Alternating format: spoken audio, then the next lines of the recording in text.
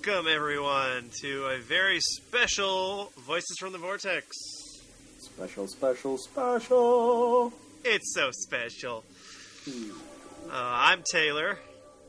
I think I'm Matthew. Pretty sure. I think you're correct. Yes, That's I win. Yeah, you're Matt. What do I win? God, I hope it's new underwear. Yeah. It's been a while since we've had some new underwear. I'm just saying. These holes don't go away. Well, this is a very special episode because we're going to talk about Season 6 today. Woo! Woohoo! Which is different from our normal very special episodes where we talk about drugs. Yeah. Or bullying or something. Right. Special. I have to say, let's get right into it. I have to say this season is the season of WTF. Like, it's no joke. I remember you showed me, like, the first episode. I was still, like, on season 5 or something. And you were like, you have to see this first episode. And you showed me, like, the first 15 minutes. And I was like, what? Because it just opens with a sort of a... Hey, by the way, we're just going to screw you over all season long. Yeah, get ready for lots of this.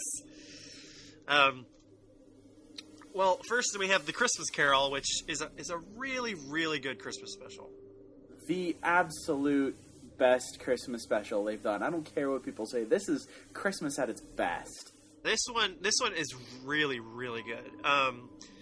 The Doctor does this whole...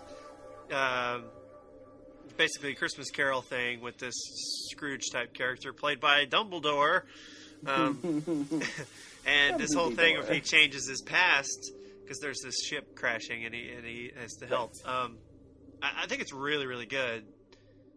It's one of those weird ones where he like breaks the laws of time and like changes the guy's for funsies. Thing. Yeah, for funsies. It's Christmas. You know, it's season 5. You sort of get this feeling by the end that Moffat really wanted to write some wibbly-wobbly, timey-wimey stuff, but it's not really evident as much all the way through season 5. Season 6, where they sort of just chucked that out the window, and they said, no, we're never going to write a straight series ever again. Everything is wibbly-wobbly, timey-wimey, and if anyone has a problem with that, you know what to do with yourself. Yeah. Yeah, so, I mean, that right off the bat there, he's screwing with time and everything. It's crazy. So, no, that's a really good episode. But the first official episode of the season, The Impossible Astronaut, totally what the crap. Yeah. Yeah. Okay, wait. It's one thing when you've got a really good premise for a season, like cracks in time and stuff, or you know, the Master or the Daleks and stuff. But it's something completely else when in the first 15 minutes we reintroduce the people to the Doctor, then kill the Doctor, then reintroduce the Doctor, and nobody has any clue what's going on whatsoever. Right. Not even the Doctor. But it's okay. Yeah. Space 1969. Right. It's all good. One thing I'll say about this season, and I think it was on TV and it is on Netflix, there's this weird intro thing with Amy. Yeah. That was an American thing they did, too. Yeah, really, actually kind of unnecessary, I thought. And I feel like it was because it had become so popular. You know, before Matt Smith, Doctor Who was big, but it was big in that it was a good sci-fi show in America. Matt Smith, season 5 hits, and, you know, you start getting more and more people over here kind of paying attention to it because it jumps onto BBC America. But season 6 was really where they said, okay, we're going to, you know, same day, same night, this thing's coming out, and we're going to push for America to have this big because we're going to film in America for a little bit. And I think season 6, where it really just sort of broke the mold, and people started going, hey, have you seen this new show called Doctor Who? You know, every now and then I work with people that, have absolutely no clue what any of this stuff is. And every now and then they'll say, hey, so you always talk about that Doctor Who. Is that thing with the guy and the traveling in the time? Yeah. Yeah, it's that or Back to the Future. It's one of the two. So bound to be right about it eventually. But yes, right. no, and it was really cool because there's no earthly reason for it to have exploded, but it did. And I really think this season had a lot to do with that.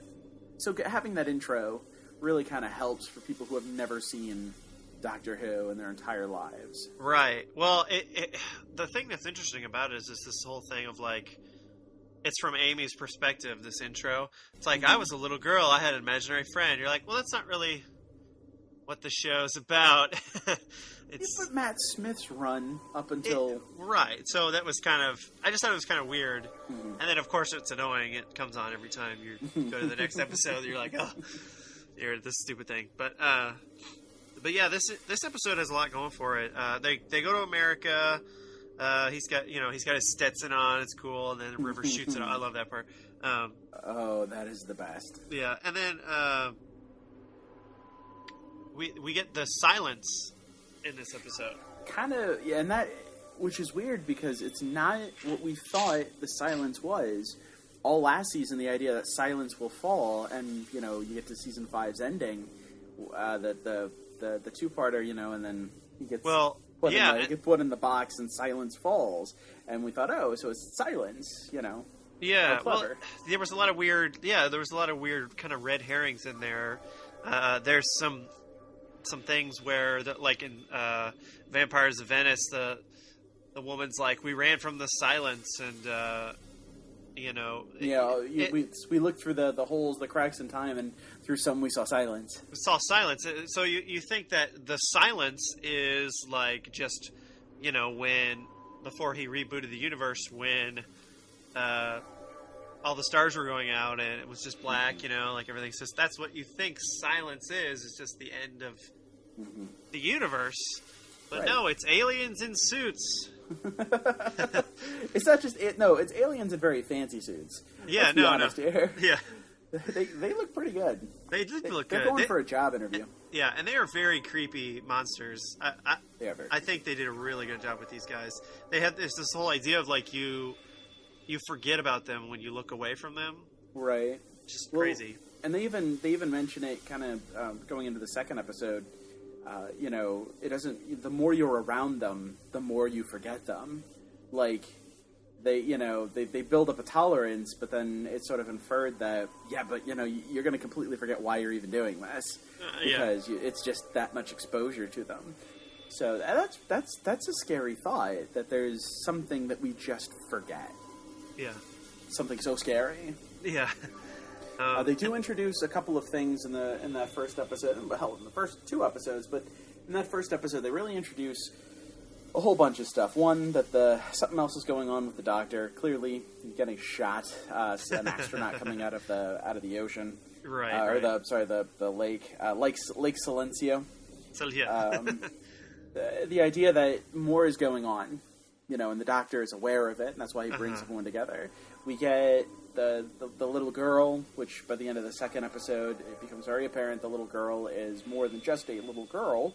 She's a little girl with time-lordy powers. She's a time baby. Time baby! My God, they pop up out of nowhere. It was just nice to see something tiny regenerate. It was cute. Yeah. So I was like, oh, you Time Lords and your cute little She's baby. like, it's okay.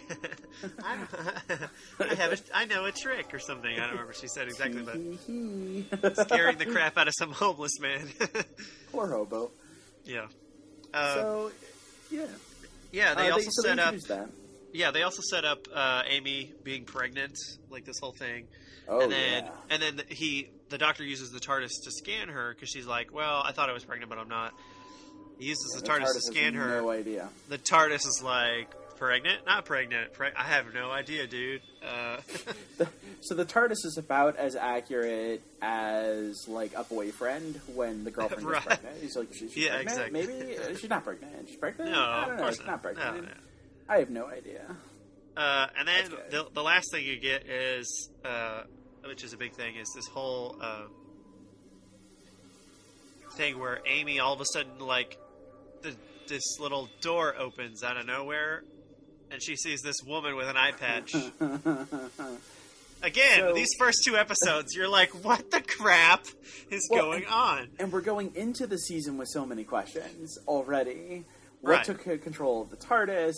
Why was it brought to that one specific spot to explode? Why were the cracks in times, because of the explosion of the TARDIS, why were they there in the first place? What was causing it to happen? What is the silence? Silence will fall. All these questions. And then first episode, it's, hey, let's not answer that. How about this instead? What's with Amy being pregnant? What's with people not remembering the silence? What's with the doctor dying? What's with Amy being pregnant again? Come on, let's just throw that in your face. Time Lord baby? Why not? Yeah. And it's just like, damn it. Do you really? Come on, Moffat. So the first 2 episodes, they do offer a lot of stuff. And I personally love the way the Doctor resolves the stuff with the silence at the end. Amy's been kidnapped, and I just fell in love with him using Neil Armstrong's footprint. Yeah. At some point in time, every human being will watch this. Yeah, that was really cool. I liked that. There's another cool moment in here. It's kind of a happy moment, and then it gets really sad. The Doctor and River kiss in this one. Yes. And it's for him. It's the first time. it's the first, but then it's for her. She's like, oh, the last. He says everything. Like, first time for everything, and he gets in the TARDIS and leaves. And then she says, "And the last." Yeah. Because we all know the next few times she sees him, her, and then right, yeah, and then death. And then death. Yes. Let's see. There was one weird question I had about these episodes: is that the silence, they kidnap Amy at some point, and they're holding her in this what looks like from the lodger, like that spaceship. That was kind of an interesting. Well, and he said in the lodger, it looks like someone was cannibalizing and building a TARDIS. Yeah. And in this one, again, we kind of see maybe they were building a TARDIS. Yeah, I mean, yeah. Why? No, well, I don't know. Good questions. They may have something to do with why the TARDIS was taken over, and all that. They that may working be. on. That's kind of an interesting thing to think about. I don't know if they'll ever talk about it again, but I hope they do. I hope they answer why the TARDIS just had to explode. You know what I mean? Like they haven't. Well, the only thing they've really kind of gotten to with any of it is we'll talk about this later in the season, but it has to do with the prophecy in the fields of Trenzalore. So it sounds like all this is being manipulated to keep the Doctor from ever getting to Trenzalore. Right. So maybe the Silence were building that machine to control the TARDIS in hopes that they could stop the Doctor from getting there. I don't know. Yeah, that sounds good. So, hey, why not? Yeah. All right, the next episode is Curse of the Black Spot. It's a good one. It's a piratey episode. You don't get those all the time. Who doesn't love pirates? I like pirates. This is another one of those episodes where it looks like it's magic and it's evil, but it's actually science and not even a bad guy. Like just something True that's going Doctor wrong. Who Yeah. format. Right. It's not magic. It's science. It's science. Everything's good with science. Right. You have the siren who was really cool and then would turn really creepy, like make that face. Yeah. And this one, Rory dies again in this one. But then seriously, the Kenny of the Doctor Who universe. He dies again here. He comes back to life, and so that was good. And then at the end, the pirates take the spaceship. I thought that was funny. Which you would think you'd see them again, but then they come back again. So that was do. Neat. Yeah, they do, and it makes me really happy that they do. Yeah, that was cute. Mm-hmm. Yeah, it's cool to see characters like that. But that always bugs me because I saw something recently, and someone asked Moffat, like, will Captain Jack ever come back on the show? Mm-hmm. And he's like, well, it's going to be story driven. I would love for Captain Jack to come back, but it has to be story driven. If there's a story that we could use him in, of course. but I will just have him come back for the sake of coming back. And I'm like, yeah, but then you brought the pirates back for almost... For the sake of bringing them back. Almost no reason. Exactly. Yeah.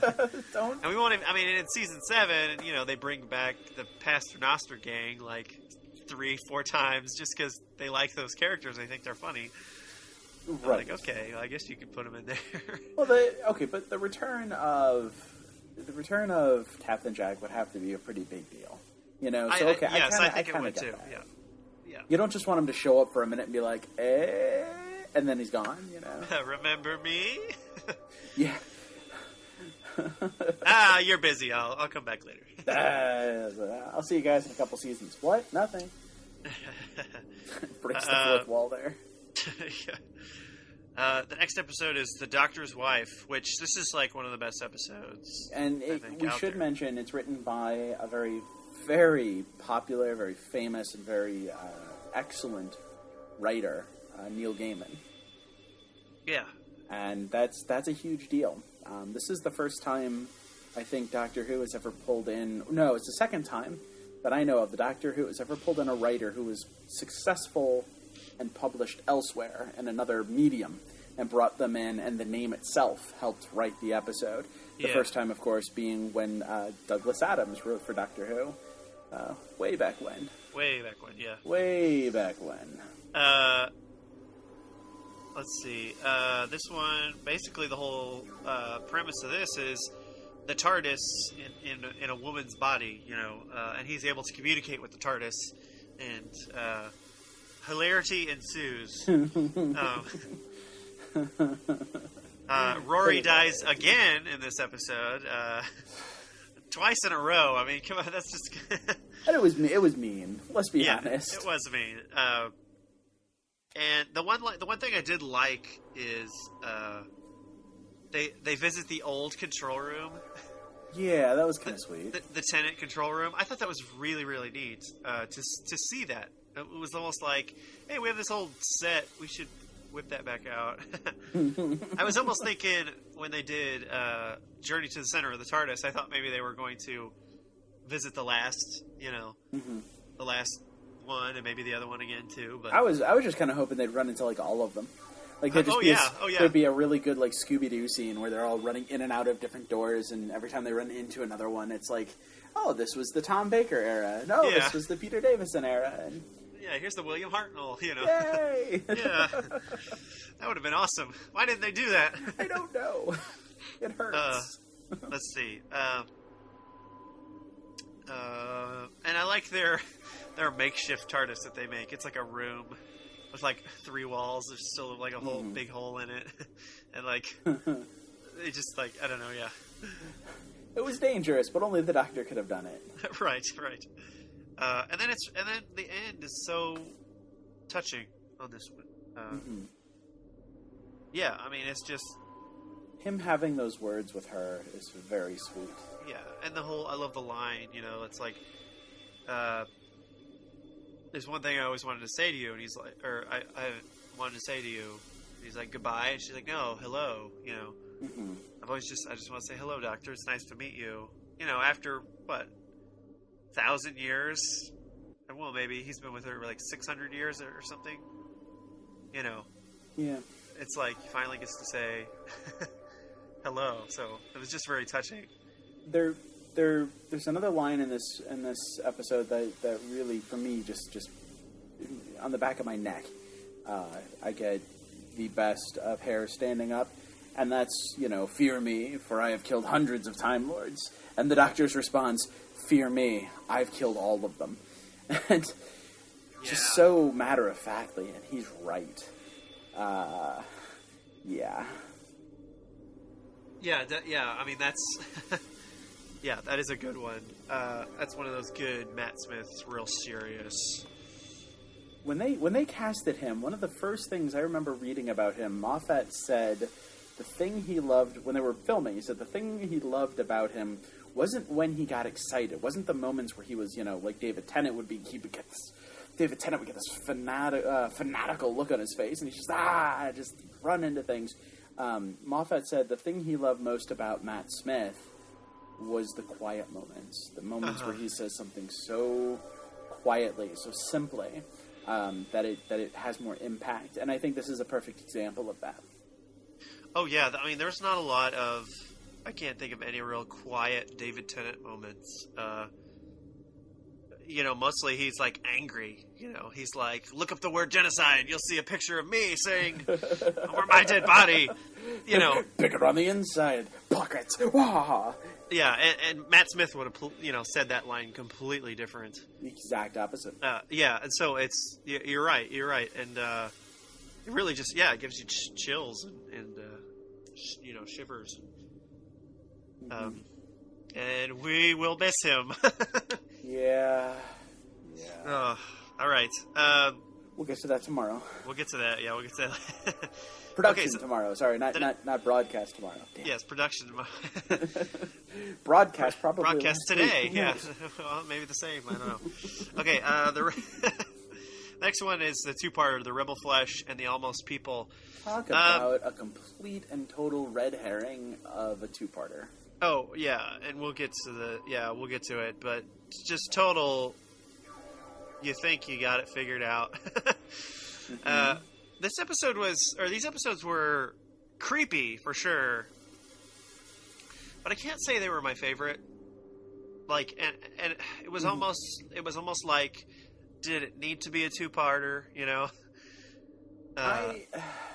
They had a fun thing with the doctor. There was a doctor ganger who showed up, and that was fun.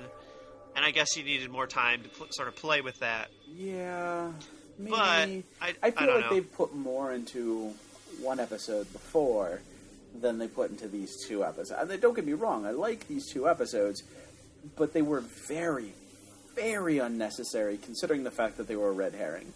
You could easily have taken these two episodes, smushed them into one, and put it on right before, the episode that comes after, which we'll get to in a second, The Good Man Goes to War. And you could have had another episode of fun whatever. You could have had another episode where it was all three of them traveling, and doing something fun. Yeah. But instead, they broke it up into two, and it sort of belabors itself. It just takes forever to explain that, oh, hey, look, there could be a clone of the Doctor. Yeah. Hee, I wonder. And it's one of those episodes, too, where it's like, we're the monsters. It's like there's these gangers, and you're like, they're nothing. And it's like, no, they're like real people. But and they tried so hard to make it, it's the ganger doctor that's there. It's the ganger doctor that they're talking with the whole time. But it's not. It turns out to be the Doctor the whole time. Yeah, there's that whole switcheroo. And then you can tell we were excited about this one. Yeah, it's a little boring. For me, this episode's a little boring, except for the very end. The very end is like Amy's having contractions, and you're like, what? I'm not pregnant. Mm-hmm. And you're like, yeah. And then Amy's been a ganger all along, and you're like, what? Yep. I mean, that was a big thing for me. I did not see that coming at all. And you find out the eye patch woman that's what she's seeing as she's in the hospital bed. Dun. Oh my god. I mean, just out of nowhere, Now, for those two episodes to be as uneventful, uninteresting, unparticular as they are, whatever you want to say, it's followed by one of the best episodes of the season. Which, I know they could have made this one a two-parter, I feel like. And they kind of did with the next episode after it. But they could have made this battle be longer. You know what I mean? Like, something more interesting. The idea that he does it without actually having to fight them. That, for me, was the big thing. A Good Man Goes to War. We find out, now that we know Amy's been captured this whole time, that she's had this baby. So they're going to go rescue her, and you get the Doctor basically calling in favors all across time and space, bringing in an army, and he manages to take over the asteroid where all this rival army is, basically baiting the Doctor to get to him. Yeah. He takes it over without there having to be a single body dropped. He completely sneaks up on him. And the way he does it blows you away, and you're just kind of sitting there thinking, man, that's good. Yeah. That's phenomenal. He is so good. Yeah, I love the beginning with Rory. He's dressed as the Roman, yeah. and he's like, he walks into the Cybermen, and he's like, I have a message from the doctor and a question from me. Where's my wife? And then, like, what is the message? And then, like, all the ships explode behind him. Would you like me to repeat the question? Just so badass. Yeah.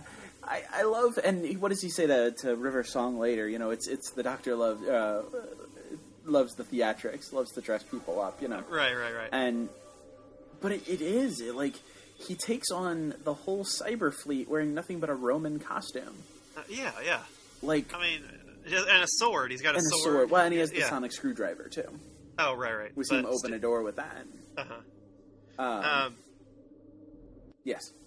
I was just saying, also like the line that Amy is talking to the baby, and she's like, "There's a man, he's coming to rescue." You think she's talking about the doctor the whole time, right? He's lived thousands of years, hundreds of years, all this stuff. Oh, yeah. right. And didn't say thousands, yeah.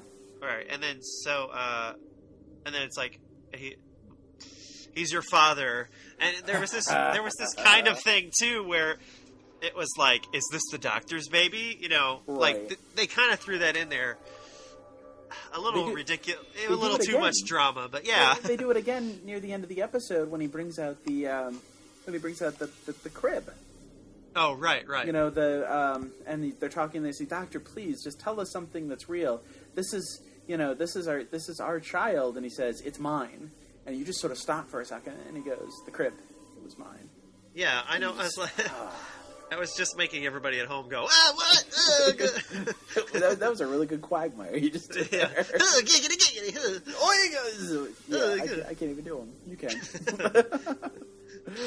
So yeah, it's and then so they still get he wins the battle, but he loses the war basically because he doesn't actually get the baby. They trick him again with the whole Ganger thing and. The baby was a Ganger all along, and they have the real baby. But then this whole thing, River comes in at the end, and she's like, "I'm your daughter," and it's like, what? So good, and it's the best speech. They even talk about.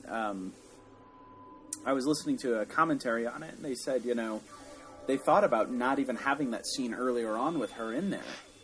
They thought about just waiting until the very end, and then she shows up. They were just too afraid that if they did that, it would seem like River was ditching out on the doctor. Yeah, well, there's a whole... Much. Yeah, Rory says, "We need your help," and she's like, "I can't come. There's a reason." Right. And it's basically because she can't be in the same place, and the baby's there, so she can't be there. Exactly. Kind of. Yeah, so... Well, and there's... Yeah. Yes. And well, that's how I took it, yeah. That's actually... That's better than I thought. I was just to say she couldn't be there because there's nothing she could have done. Had she been there, the baby still would have been taken. She has to allow that to happen. Right, so what's the point of showing up? Well, because it's part of her history. She can't change that. It's like when the doctor, she couldn't let the doctor die in the library. She had to do it because then it would ruin their future together. Yeah. I did really like, though... I did really like the whole thing where she says, the people of the Gamma Forest, the Doctor means great warrior. Is this what you thought you would become? And we watched the Doctor, and it's like, it's amazing to see him. And maybe this is more of an American attitude, I don't know, but it's amazing to see him be this hero and defeats the bad guys and destroys the enemies. But then you never stop to think about it. What's he really trying to do? He calls himself the Doctor, and then he blows up bad guys. And you sort of ask yourself... Yeah, he used to just be an old man who went traveling with his granddaughter and just kind of wanted to see the universe and stuff, and ran away because the Time Lords were dicks. But, but now he's like, now I'm like blowing stuff up, and yeah, exactly. So it's kind of weird that he's turned into this, and that speech is great. And then we get the apparently it's the second part of this. I don't really see it as a second part. I mean, I guess I do, but yeah. There's this whole, it's called Let's Kill Hitler, which is a great title for an episode. You know, when it cut at the end of A Good Man Goes to War, and she says, the doctor will return and let's kill Hitler, the only thing that was running through my head was, that's more Doctor Who than anything I've ever seen in my entire life. How is that not an episode yet? Yeah, how has that not been? Yeah. But before we move on, there's one other thing I wanted to say. Go ahead. I've been holding this in since season 5. Back in Silence of the Library, River Song talks about her doctor, and she mentions that he could cause whole armies to turn and run away. Yeah. And we've seen that twice. And the Pandorica opens when he does his speech to all the aliens that are flying around, which of course now we know that it was planned, but that doesn't matter. You know, that he would talk to them and they would run. But then in A Good Man Goes to War, where him just being there was enough to frighten them, that a whole army had to give in simply because he chose for them to. You know, Colonel Runaway and everything, you know. It's amazing that she's so right about that. You know, that's her version of the Doctor. I just wanted to... I love that she said that line, and then we get to see it, yeah. So then we also get this... in Let's Kill Hitler, the Doctor, his wardrobe changes a little bit, starting here. He gets this, like, cool coat. It's, like, this longer, kind of greenish coat. Yep. So it's kind of a change there. It's always been the brown tweed. Now it's this. Well, and it's even his tweed coat changed a little at the beginning of the season. Yeah. He wasn't wearing the pink undershirt anymore. It's pure white, and his pants turned into sort of these black, almost jean-like substance as opposed to the blue... substance. Jeans, yeah. Yeah. As opposed to the blue trousers. Brown dress pant, yeah. So it's kind of cool to see him change the jacket out. Yeah, which then in season 7 he changes again, another cool change, and they're awesome. Yeah. This Doctor has had the best changes in costume. There's a weird sort of premise in this one, is that Amy and Rory have their best friend all growing up has been Melody Pond. It's been their daughter the whole time. And, like, that would weird me out, okay? If that really... There's a lot of things that... these characters would go crazy if it was, like, real life. Right? If these things happened to them, I think they would go mentally insane. Of, like, all the... they would die from shock, I think, on some of these, like... What?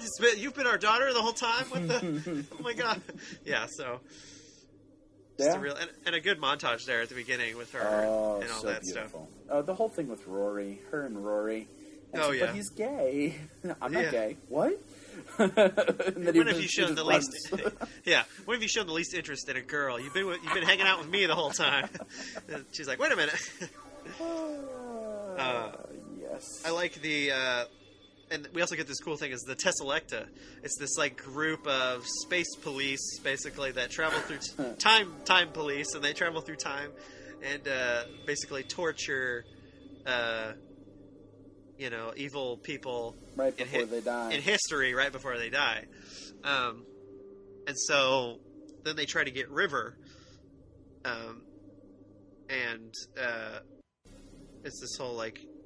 We kind of get the answer, like, she's the one who kills the Doctor. They kind of give that away, which it was kind of obvious already, like, she was in jail for a man that she killed, right. And then it's like, the Doctor dies, and you're like, okay, I'm kind of connecting the dots here, and then they just kind of come out and say it, so it wasn't like a big reveal. It was like, she's the one who kills the Doctor, and you're like, oh, okay, cool.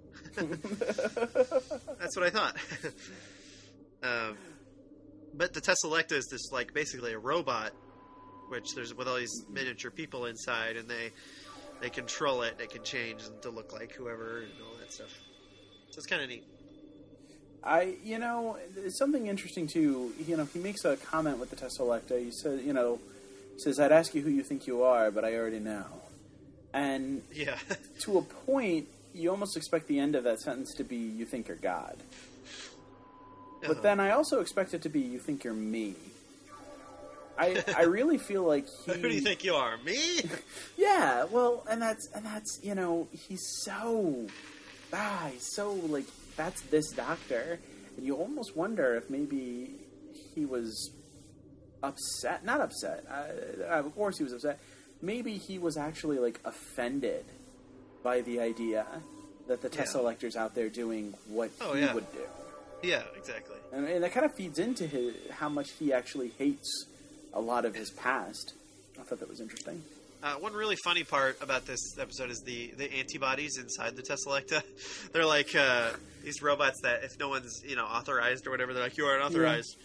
Your death will now be implemented. Tingling, you will feel a tingling sensation, then death. Like, it's just really, really funny.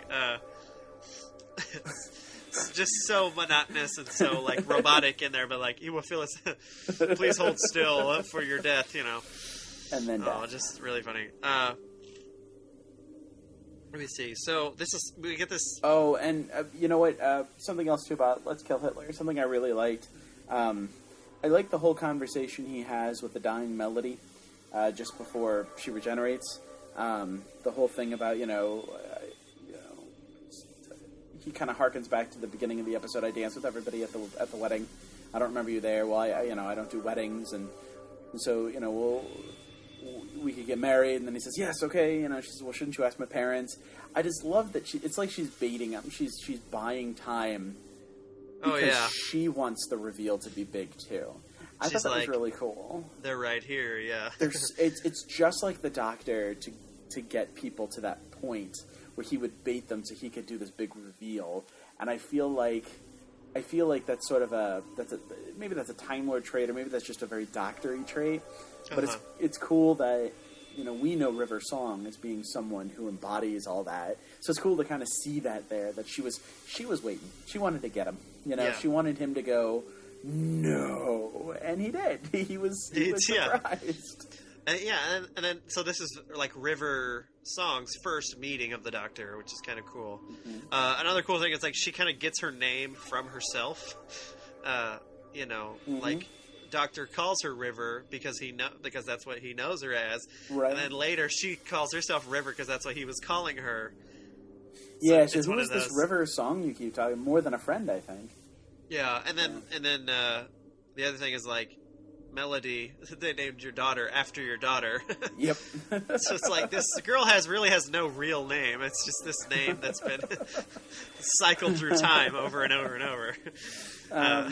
I do like though. Melody Pond has to go to prison for the death of the Doctor, right? Which happens, so she can't call herself Melody Pond. So she does take on River Song as a pseudonym for herself, as a name. Right. Because if she was anyone else, she'd be in prison. Yeah, but the only reason she knew of River Song, the name River Song, is because he was calling her River. Well, the only reason they called her River Song was because that's what they know her. Yeah. Well, the people from the forest couldn't. There was the only water in the forest was a river. Right. So it was a mistake. It wasn't even supposed to be a name. Yeah. And then hurts my head. There's two more things about this episode. The one is he talks to the voice interface on the TARDIS, and it's like it starts off as Rose, and he's like, "No, give me guilt, give me guilt," and then Martha and Donna, and he's like, "More guilt." Yeah, that was really cool to see those old companions there. Yeah, he says there has to be someone in this whole universe that I haven't screwed up yet, and it's little Amelia Pond. Yeah, and he's right. That's the only human being he's ever touched that he probably hadn't screwed up just yet. He would, but he hadn't then. Yeah, right. And then at the end, he's poisoned basically by River, and then she gives up her remaining. There's this. The idea is she gives up her remaining regenerations. Yeah. To save his life, and there's a big thing there because it's like, okay, a lot of people are speculating. Okay, does that mean the Doctor has more than 12 or 13 regenerations? Because that's how many there were. It was said by the Time Lords, because they think, well, they're not going to. this show's huge. You know, they don't just want to end it. You know, anytime soon. This thing could go on for a while. So they're like, well, how are they going to get past that? And so people think, well, maybe River, when she did that, it gave him extra regenerations or something. You know. Well, I'm like, I don't know, because he was almost dying. So yeah, she just did it so he didn't die. Yeah. Okay, so there are a couple other things though that we have to keep in mind too about this, and that's a very good point. I absolutely. So I'm not saying I necessarily agree with it, but I think it's interesting. Yeah. What I'm saying is, so okay. Back after season 5 ended, there was a two-parter, the Sarah Jane Adventures, in which Matt Smith portrayed the Doctor. And Sarah Jane, you know, had to come to know this version of the Doctor, as did a returning other former companion, Joe Grant, played by Katie Manning. But at one point in time, because he changed his face, and the kids of the show had actually seen David Tennant a season before, they said, you know, how did you do that? He says, oh, it's something that Time Lords can do. Said, how many times can you do that? And he said something like, you know, 500 and something times. Yeah. In which he meant he could change his appearance. And it's been hinted at before that the idea that full regeneration to save your life, becoming a completely different person, maybe a Time Lord can only do 12 times. But changing the body, just so you look different, that might be something you could do hundreds of times. Yeah. So how many of these regenerations are true regenerations? I mean, I know we have plenty of instances where they've said, okay, this is the 11th Doctor, or there's been 7 of me now, or whatever, but how do we know that he's really playing to the rules of the 12 regenerations, and he's not just rejuvenating himself, he's not just changing himself? Yeah. If they ever do go past 13, or past 12, or whatever it is, I'm really interested in what their answer is, like what they're going to say. They'll have to say something, because a lot of people, and especially diehard fans, know of this rule. Right. So you can't just ignore it. Well, and here's the other thing too. You know, we've talked about this in previous podcasts or future podcasts. I don't know. Our podcasts are wibbly wobbly, timey-wimey sometimes. But we've talked depending about on the order you listen to these, right? Yeah. We've talked about this before, but I'm going to say it again in case you've never heard any of our other stuff.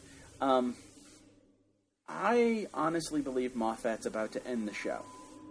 I think we're going to get another couple seasons with one more Doctor, and I think, especially with the stuff that happens in season 7, especially with the prophecy that they talk about in this season, season 6, with Trenzalore, I think we're going to get to Trenzalore. I think we're going to get to the end of Doctor Who. Yeah. And I don't want to ruin anything if you're listening to these while you're watching the seasons and you have not seen season 7. I don't want to ruin too much. I just want to say I feel like because of things that they talk about and because of stuff that's mentioned next season for you, I feel like we're getting close to the end of this iteration of the show. Now, does that mean they're going to end it where the Doctor dies and we never get another Doctor? Maybe. Does it mean that they're going to end it and then they'll never reboot the show? Maybe. Does it mean that they'll get to an end and it'll be, well, come along, random companion that I happen to have at this moment. Time to go off and find fights to fight like they did originally with Doctor 7. Maybe. I don't know. But I feel like Moffat will be the last showrunner. I feel like we're in the final stages of this show. Yeah, I mean, it's plausible. I don't think I'd like it, but yeah, it's plausible. No, I don't think anyone would like it. I think it's too much of a. I think it's too much of a moneymaker. Yeah. For them to just to end it unless it's not popular anymore. Which show's been going for 50 years. Right. So right, but don't forget, it ended once and got even more popular. Right. There was a time and place where 20 years went by and we had so little of anything, and the show just grew, and because a whole new generation was introduced to it. That I'm a part of that, you know. Yeah, I don't think it'll ever end for you know. Well, I don't know. Ever. I think if anything, somebody else would remake it. Somebody will make a movie someday or something. You know, they'll do something. Maybe. Old J.J. Abrams will make a movie. And ironically enough, will not involve time travel. No, yeah. Wow, we're just going to reboot this without going back in time. Impressive, JJ. What a twist! What a twist! Okay, let's talk about these next 3-4 episodes real quick because to be honest, they're okay. Yeah. There's a couple of them that are just okay. I'll point out when we get to it. I'll point out the one I really like, and all the others we can just assume are. Okay.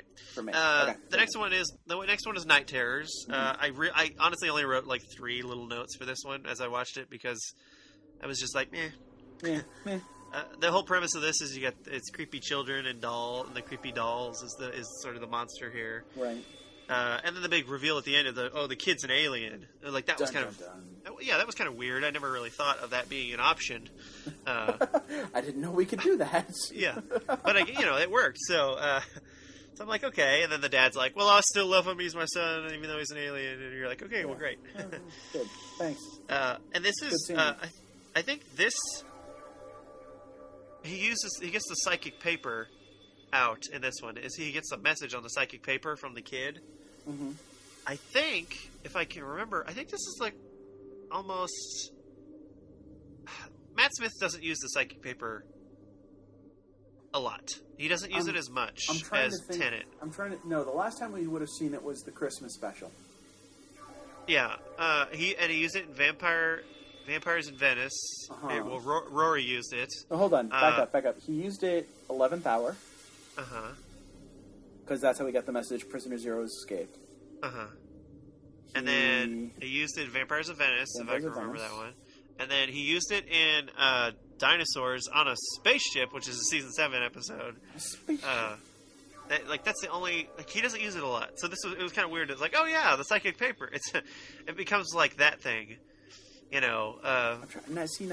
trying to go back and think because I know he uses it. I know he used it in the Christmas special because finally a lie so big that. Yeah, that's a really good line. I'm known as an adult. Oh, finally a lie so big. So big it's shorted out. It's just a bunch of wavy lines. The kid says.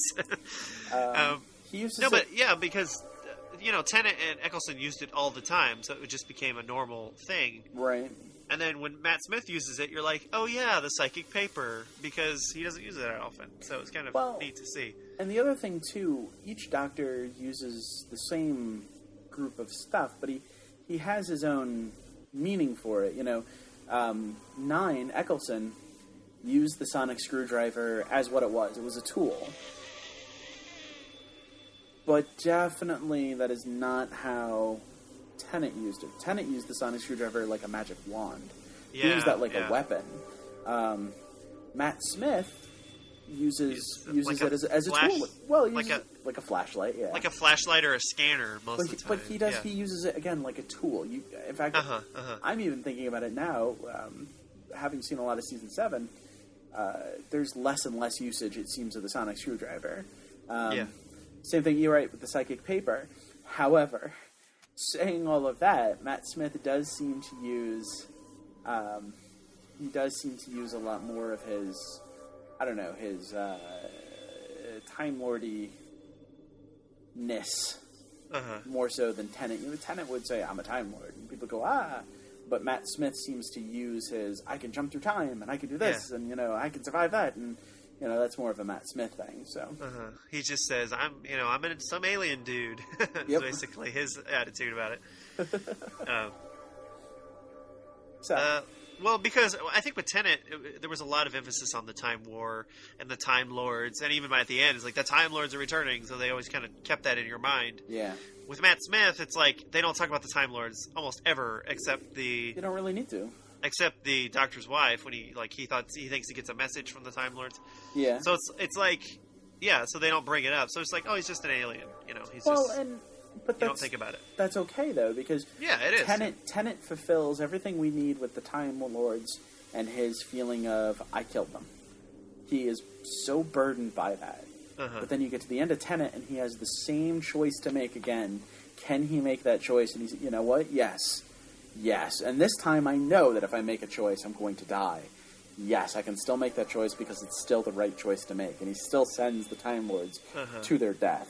And I think he accepts it. I think he gets over it. I think at that point in time, because then you get in the 11th hour where little Amelia Pond says, I don't have a mom and a dad, just an aunt.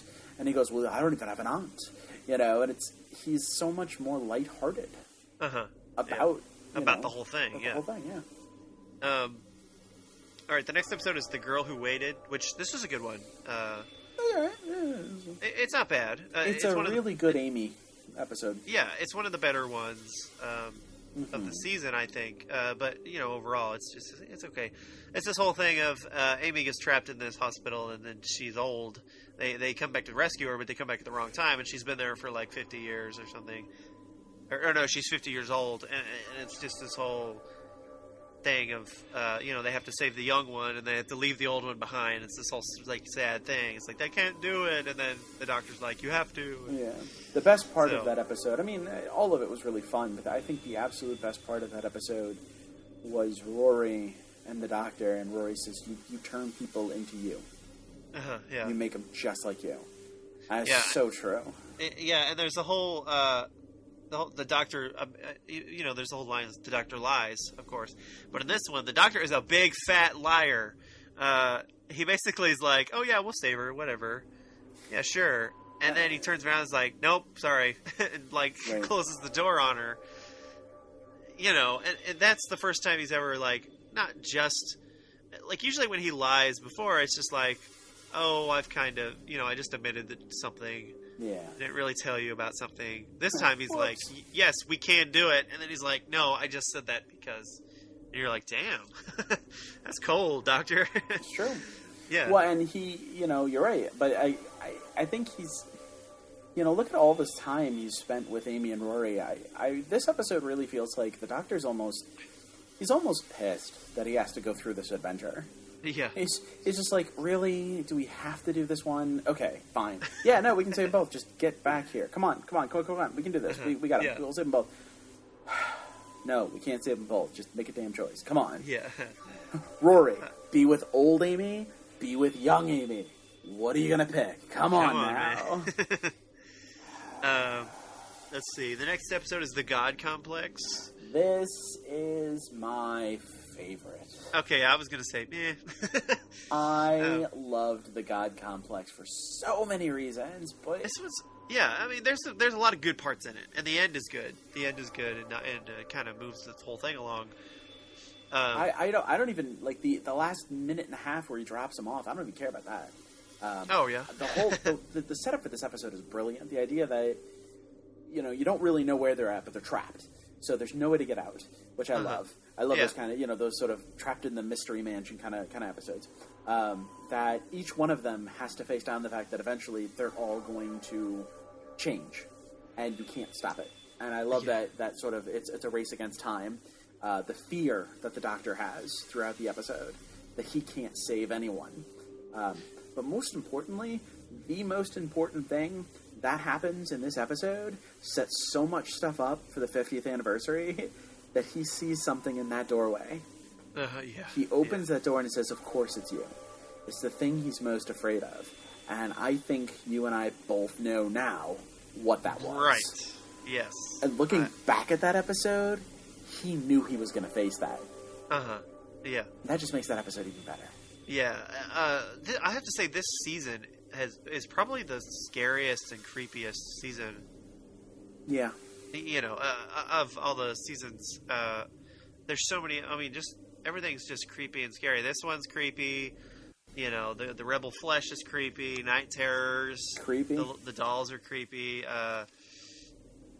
The Curse of the Black Spot is pretty. Even the silence. Wife. Yeah. Oh, and the silence. The silence are hella creepy. Hella creepy. Yeah. So I mean, this whole thing is just nuts.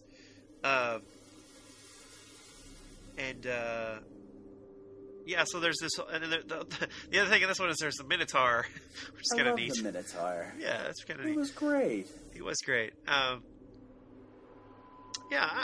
You know what? I like this one. It's not bad. There's a lot of good parts in it. It's just overall, it's just not very memorable for me. I watched it and I go like, yeah, it's pretty good, and then I just kind of move on. The one thing about this episode, what I find about it almost hurts the show when they start doing season-long themes that are more than just themes. Like when Russell T Davies did it, there was all this stuff sprinkled in there, and it was building anticipation. When Moffat does it, he just throws it at you and says, we're going to talk about this at the end. And you spend the whole season like, I don't care about anything else. Now I just want to talk about this. Season 6 is the perfect example. First 2 episodes set up an amazing, amazing theme. And then you're just like, every episode after that until A Good Man Goes to War, you're like, okay, come on, let's do the next one. Okay, but how's he not going to die? That's all you care about. It's the only thing you want to see an answer to. And it wasn't put in there subtly, it was just thrown at you. So then you get A Good Man Goes to War, and you get, okay, baby, and Amy's pregnant, and da-da-da-da. Then you get, let's kill Hitler, cool, okay, now we know River Song. And then you got these, 4 episodes that don't matter. Right, and that's what happened. I won't go into it for the listener's sake, but that's what happened to me in season 7. It was like they set up this big mystery with the next companion, and then all the episodes after, you're like, okay, yeah, but you didn't mention this. You didn't talk about it. Right. It's important. And it's not that those episodes, again, were it's good. They're great. Yeah, and it's not like we're talking about the God Complex. I love that episode. A lot of people would say, yeah, but it wasn't the Wedding of River Song. We just wanted to get to the Wedding of River Song. I completely agree. That's why I don't like these 4 episodes as much. That's why I think they're just filler. Right. And well, except though we get closing time, and then we get closing time. Tons of fun. How do you? And they're Cybermen. I love Cybermen. So how do you not love Craig? And how do you not love Alfie? How do you not love Stormageddon? The Cybermen, the Cybermat, the woman at the freaking shop, where she's like, "Oh, you're such a cute couple," and you're just like, "Oh yeah, yes, adorable." Yeah, this is a weird one. This takes place 200 years have passed for the Doctor. He's kind of going. He's kind of going on a farewell tour, like Tennant did. Yeah. Where he's going all these places, and assumingly he goes on all these adventures with River during this point, right? That are in the journal, that he never really talked about. And then you get the Cybermen too, which they have this new conversion process where they don't in emergencies they don't even take your brain out and put it in the thing. They just put your whole body just goes in the suit, which you can see that in. The Pandora opens when there's a skull inside the helmet, which was kind of different because you're like, wait, I thought it was just the brain. Right. And then this sort of answers that question of, what was with that Cyberman? Yeah. And it's a weird thing, too, where the ship has crashed underneath the mall. It's been there for a while, and it's well, supposedly it's been there for thousands of years. Right. And they're just now waking up. Right. I like the to mall think helped with the energy, with the electricity and stuff. Yeah. I like to think they all will, they crashed and they're the reason the dinosaurs are dead, Yeah, that would be good. They should have put that in there. Those of us that are true Doctor Who fans know that the reason the dinosaurs are dead was because Adric couldn't figure out the controls. Oh, Adric. Anyway, continuing on. Nothing wrong with the episode. It's really fun to see. It's really great. It's where he gets the hat. It's really sad at the end, especially when he takes the letters that he's going to mail. Yeah. And I don't know about anyone else, but it's like they were building this real sort of pathos, this real sadness and just pulling at your heartstrings. And then you got these 3 kids, and the one was he was like a cowboy going off to his final fight, and then they're just these 2 kids, and you're just yeah, okay, and then the last one's I really liked his hat. You're just what are but-um-bum? What are you doing? How was that relevant at all? Yeah. It was random comedy thrown into a very sad moment. It feels like they wrote the whole episode, and just before they filmed the whole episode, and just before it went to be produced, someone got to drop in this little line in there. It's hee, fire me, will ya? I'll just record. I really liked his hat. And that's what got put in there. And they watch it, and they're like, what? And they're like, it's too late, it's already out on the show. They're like, no! And then at the very end, they get River. Yeah. Is put into the spacesuit, into the astronaut in the spacesuit. creepy girls, British girls singing the rhyme, Yeah. which gets me every time.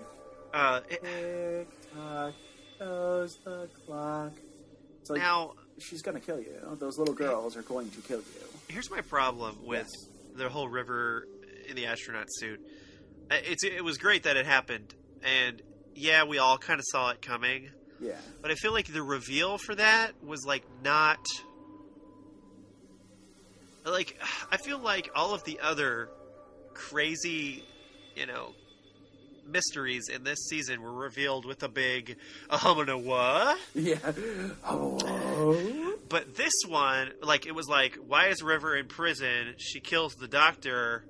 Right. Okay, when does she kill the doctor? Does that mean she's the astronaut? That there were these questions. Right. And it was just kind of like, the Tesselecta goes, yeah, she kills the doctor. And then here it's like, oh, yeah, here she is. She's in the suit. And you're just like, well, it wasn't a really big reveal, It was just kind of like... Right. It was kind of like, well, yeah, I hear you guys out there guessing, and guess what? Oh, yes, you're right. So here you go. That's it. One of the biggest complaints I've read about this season, and don't get me wrong, I think season 6 is the strongest season for Matt Smith. This is my favorite of all of the stories so far. Yeah. One of the big complaints people have had has just been, every episode ended with this little like, but what does the TARDIS think? And it's sort of like they had to shove that in there just so there was a reference to what was going to happen at the end of the show. And I don't know, it gets to the point like, yeah, okay, this felt like, hey, no, wait, we got one more episode. Let's just throw this in there. Like it didn't have to be like that. We had figured it out. The audience had. I think they were just throwing it in there because they were like, okay, you figured it out. Let's just here.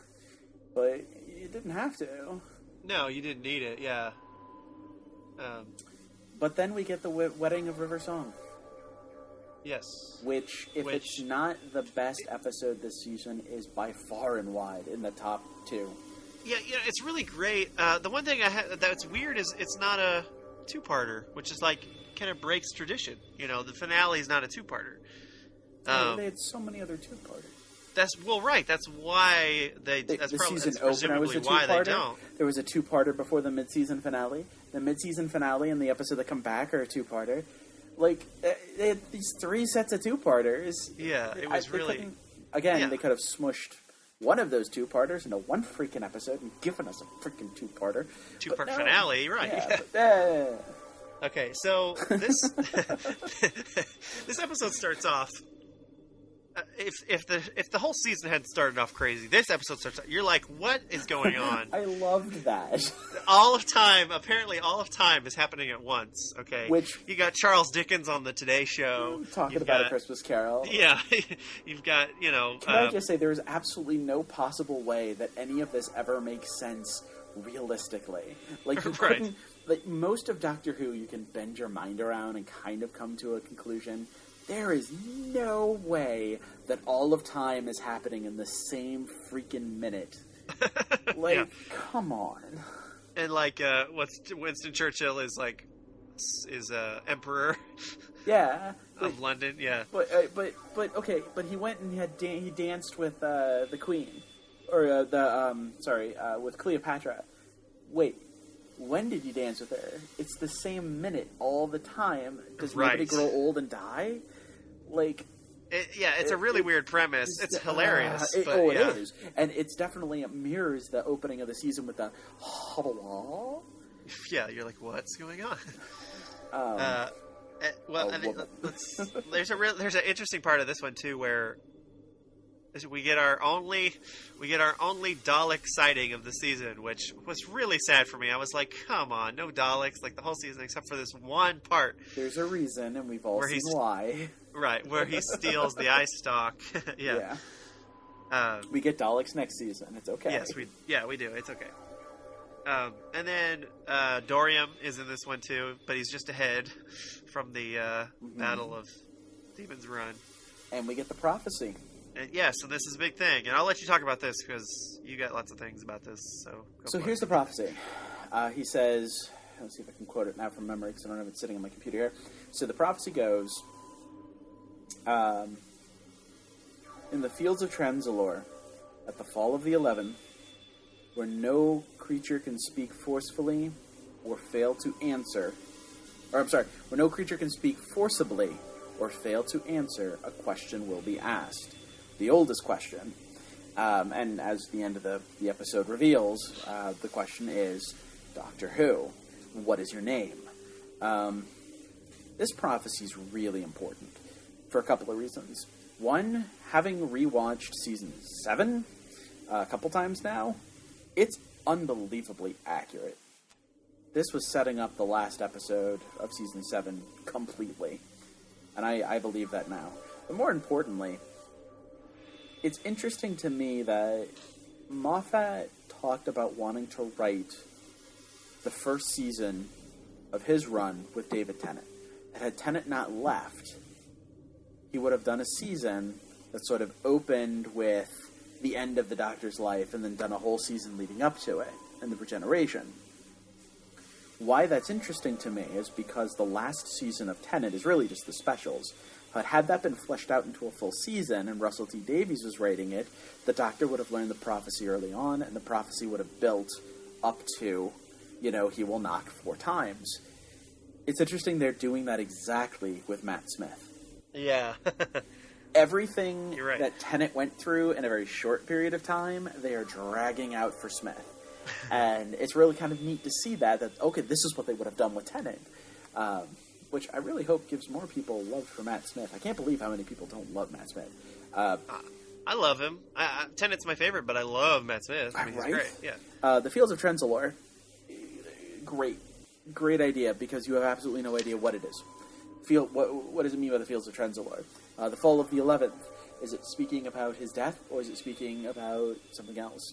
Yeah. Where no creature can speak forcibly or fail to answer. What does that mean? I just love this prophecy, because this right there will set up exactly the end of season 7. So, yeah, there's several things about this episode I like. I like Rory just being badass with the when the eye drives are shocking everyone, and he's like, mine is going off, and he's just like holding in the pain. I'm like, oh my god, Rory, you're so awesome. and then Amy just like is being so cruel. She's like, she didn't get it all from you, and basically kills Madam Kavarian.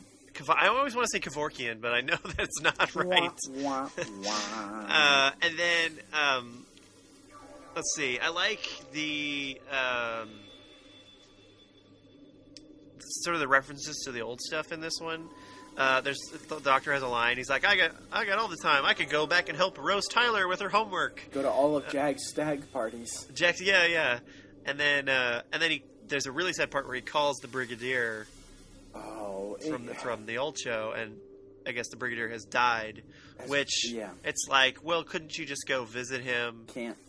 But he can't, because he's in that person's timeline where there's rules. Yeah. But technically, he can go back and help Rose Tyler with her homework, because Rose Tyler doesn't even exist anymore in this universe. She's in another one. So right. So yeah. there's a lot of interesting things he can do. But this, it's like time is catching up to him. Time caught up to him. He thought, I love that line where he's, where Dorium says, "We all have to die, Doctor. You more than most. Time catches up with us all." And he goes, "Not for me. Time has never laid a glove on me." I love that line. Yeah. And then, of course, she says he talked about you right before he died, and he always said an extra brandy, So they were. If I know you're still pretty early on in the early show. You're still with Hartnell. But the Brigadier, who starts as just not really a friend of the Doctor. I mean, not an enemy, but not a friend. Became one of the very few best friends I think the Doctor ever had. Yeah, and that is for all of us, especially this whole season opened to Elizabeth Sladen, who had died just before the show began the season, and then because the Brigadier had passed, it was a rough season for fans of Who, because we lost a lot of really good big people, and it was very sweet they put that in there, and of course that's nice little tribute, and that's what gets him ready to go. I'd like to see like a male companion. Like we had Rory, but I didn't feel like the Doctor and Rory were like best buds. I felt like Rory was just kind of there because Amy was there. You know what I mean? Sometimes they felt like best buds. Other times, they did. But yeah, but I think it would be cool if the Doctor had. I mean, the Doctor will probably always have a woman if he's a man. You know, if he's a man, it was almost always going to be a female companion because that's just kind of how it goes with television. You know, and just kind of the popular opinion there. But you know, if the Doctor did ever have just like a male companion, that would be pretty cool. I think it'd be like a buddy cop show, like two dudes like traveling around time. Like I think that would be awesome.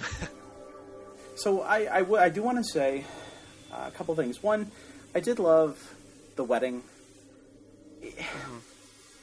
That's not. I don't really think that's where he married her. I don't think that's the wedding. I think that's. It's I enough thought it for was us. kind of a It's the thing you get with River is there's a lot of things where it's like, oh yeah, I marry you, and then it's like he kind of marries her. Yeah. And then it's like I kill you, and it's like, well, you don't really kill him. You know, there's like all this stuff where it's like their adventures though. I think I do think he marries her. That is to say, I really do believe that at some point in time they had a marriage. And I do believe that they loved each other. And I do believe that at some point in time he tells her his name. However, none of that's in an episode. No. That's all the adventures they have completely outside of Doctor Who. And that's cool. I'm okay with that. I'm okay with that because I don't have to see everything to know what happens. But I do feel like it's so referenced that at the very least they could have had at some point in time someone has a flashback to it, a quick aside to it, anything. A montage. A montage of their we all wanted adventures. To see. Just something that kind of shows us that, you know, we're not just assuming it all happened. Yeah, it all happened. But I do love the marriage they have. I love that monologue she gives about you are loved and by no one more than me. And yeah. Oh, it's great. And then, of course, it is great. You know, he's not really dead. No, and the big reveal there is he's in the Tesselecta, and you're like, dun dun dun. You're like, well, of course. You know, I talked about this before, but this season, I was like, I could not figure out. I was like, what are they going to do? You know, I had no clue. Mm-hmm. And then Too many red herrings. Yeah, and then when it was revealed, I was like, oh, well, duh. Like, that's easy. Why didn't... why didn't I think of that? He could have done that, you know. I 100%, up until that episode aired, I thought it was a ganger. I thought it was the Ganger Doctor come back, because that last line he gives, but the Ganger Doctor, before he dies, is, you know, is there a way that we come back from this? Let's find out. And I just, in my heart, I wanted it to be that. The one thing about this episode is it's like it's a point in time that can't. It's a fixed point, is what it is. And apparently, the fixed point isn't that he has to die. It's just that he has to be there on the beach. Right. Which I didn't really think of that. I didn't think that was a possibility. I thought, oh, he has to die. You know. So that kind of, when they explain that, you're like, oh, well, okay. Well, I could see how he could get out of that. And the other weird thing about this episode is this whole episode happens in this weird time happening all at once. So by the end of it, you're almost like, well, does everybody remember this? What happened? You know what I mean? Mm-hmm. Which Amy does. She says, "I remember killing the woman." And those at the epicenter seem to remember it. Yeah. And it's just kind of. It's kind of interesting. Obviously, not everybody in the world remembers this happening. Right. I will say, but the same thing happened at the end of season 3 with the Master. When the time storm happened, you know, the people who are at the center of it remember perfectly, but everyone else forgets. So it's the same thing. It was the people right there who probably those who were on the beach when he got shot. Those are the ones that remember. Right. Plus, But for some reason, Dorium. Yeah. So, well, here's the weird thing, though. Okay, so this all happens on the beach. So the Amy and Rory and I guess River in the astronaut suit are all dealing with this when it happens, like at that time. So then Amy, all of a sudden, she doesn't remember this happening until after it's happened for the Doctor or something. You know what I mean? Like they don't remember they don't remember the second time that it happened. The first time, they remember it the second time because it happens twice for the same people. Except it only happens once for them, but they experience it a second time when it happens a second time, which is really the first time, but it's twice in the history of wibbly wobbly, timey wimey. Hold on, let me backtrack. So, if the Doctor is on his 11th regeneration, I have no idea. I can't even. It just happens. You know, we didn't really talk about that.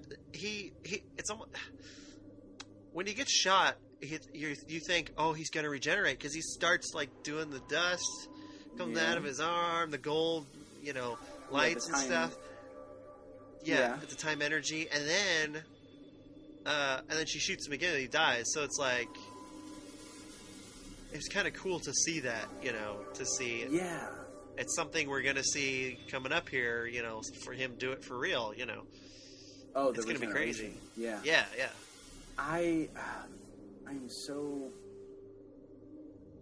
I love Matt Smith, and I feel the same way about this as I did with David Tennant. Like, I don't want him to go, and it's that anxiety of it's building towards him going, and that just sucks.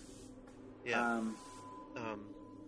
Well, I don't really have anything else about this episode, but you had something. One other thing about this season, I just want to go back really quick to the Christmas special. My favorite line out of all of Doctor Who, halfway out of the dark. This season is halfway out of the dark for Matt Smith. Yeah. This is the halfway point.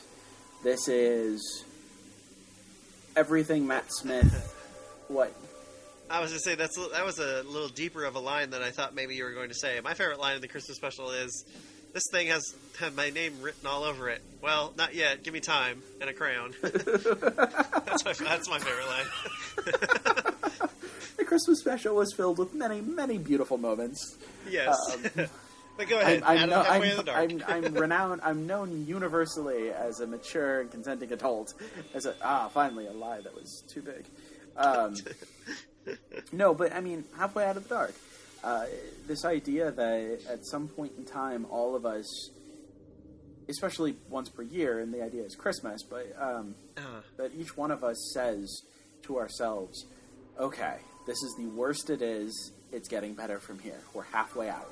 Yeah. And for the Doctor, this season is kind of like the worst. Not in that it was terrible, but in that this is the darkest hour for the Doctor. He falls harder, further than he's ever fallen before in A Good Man Goes to War. The death of the Doctor is the darkest moment between him and River. For the universe, this is renowned to be his death, so this is the darkest moment of his life in the known universe. So this really is halfway out of the dark. We hit Let's Kill Hitler and just kind of go running from there, and everything gets worse. It gets more serious. Season 7 is a very serious season with so much stuff, but it's only leading to better things. It's only leading to brighter days. So this season really sticks to me as being the top of Matt Smith's run. Yeah. And I just, that quote, halfway out of the dark, really, really captures it for me. Yeah. It's good. Also, the last thing I wanted to say about this season is Amy and Rory are still kicking as companions. You know what I mean? It's interesting because there's a precedent has been set. The companion's only there for a season, and with Rose, it was like, well, she was there for 2, but there was a new Doctor, so it was like she got a restart. Right. She got to be the companion for a new Doctor, so it was like a new Rose. It was a different Rose. Right. But here is like, okay, they're here for the second season. All right, well, that's okay. And then by the end of this season, you think, oh, maybe are Amy and Rory going to leave by the end of this season? Well, and he does leave them behind. He drops them off. And but then they're still there. And it's interesting that I don't know why, but I find it interesting that Moffat decided to have the companions stay for so long. Well, he did. One of his, I don't know if it was an interview now or if it was a commentary, I can never remember, but he did mention, or he did express, that he always wanted to have a married couple traveling with the Doctor. He thought that would be a really good dynamic. You have the Doctor, and then you have this couple, and they could all be, the three of them could be best friends. Uh-huh. And so in the first season, it is definitely the Doctor and Amy. No matter how much you throw Rory in there, it's really the Doctor and Amy. It really is the Doctor and Amy. But season 5 ends, and Amy and Rory get married, so season 6 is the Doctor and the Pawns. Yeah. So it's almost as if, kind of the flip of Rose, you have the same Doctor, you have these different companions. Yeah. It's a different dynamic. I could see that. That's actually, that explains it pretty well. And they didn't give us another season of them. No, they gave us 5 episodes. I hate to tell you this, to all of you listening who haven't done season 7, but get ready. You have 5 episodes left, and here's some season 7 teasers. We won't spoil anything. Teasers. The Pods leave about halfway through, less than halfway through of the season. You get a new companion. You get some Daleks, some Cybermen, some Ice Warriors. Wait! I've got some. Okay, here we go. Ready? Yeah. Okay, here we go. So, you get 3 words from me. Souffle. Okay.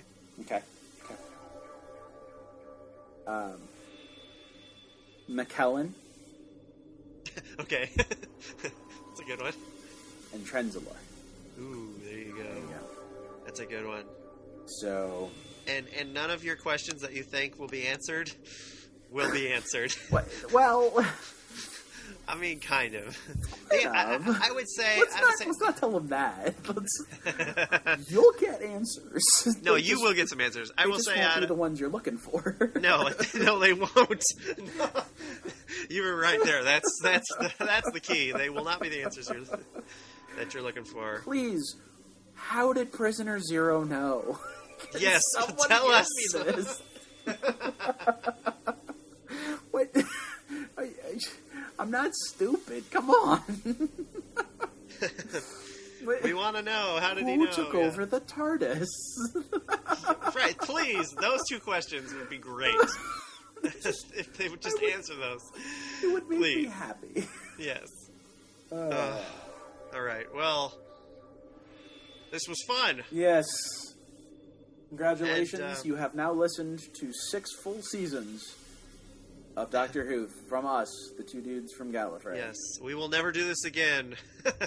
We have episode after episode. That's season 7. Podcasts available. So check those out. Much better. Yes. Much better. Much more in depth.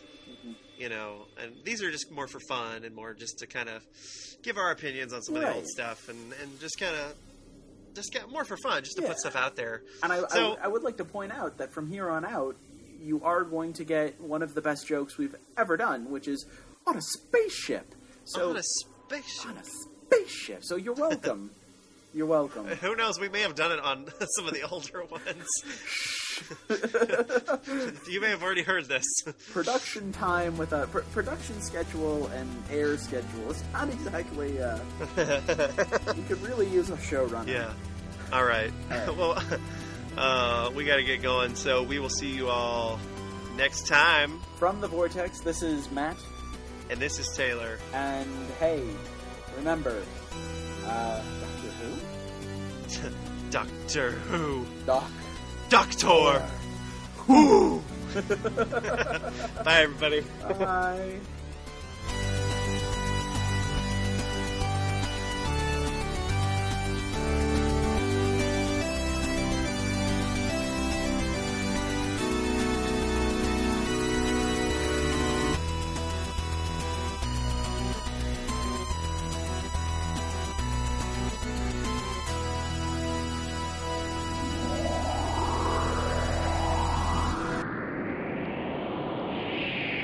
Bye.